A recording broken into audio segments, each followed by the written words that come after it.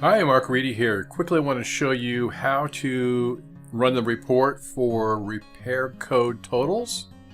In this report, you click on Reports, More Reports, go to Work Orders, and then down here to Work Orders, Total Costs by Repair Code. Let's go ahead and click Preview here.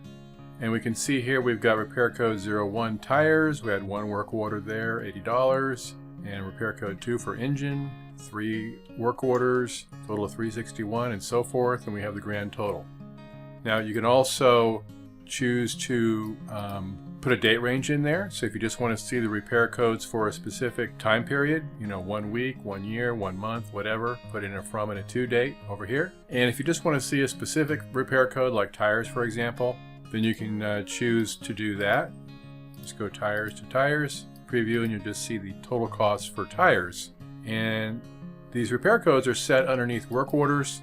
And I'm just going to go ahead and add a new work order here. And if you go down here to labor completed, when you're adding a labor item, you can choose the repair code there for each labor item. So you can have multiple repair codes on every work order and each labor item within a work order. And same thing with parts and materials used. When you choose a part, you can choose a repair code, assign it to a repair code so that you can keep track of those total costs for those repair codes. All right, hopefully that's helpful for you. Thanks a lot for watching. Have a good one. Take care.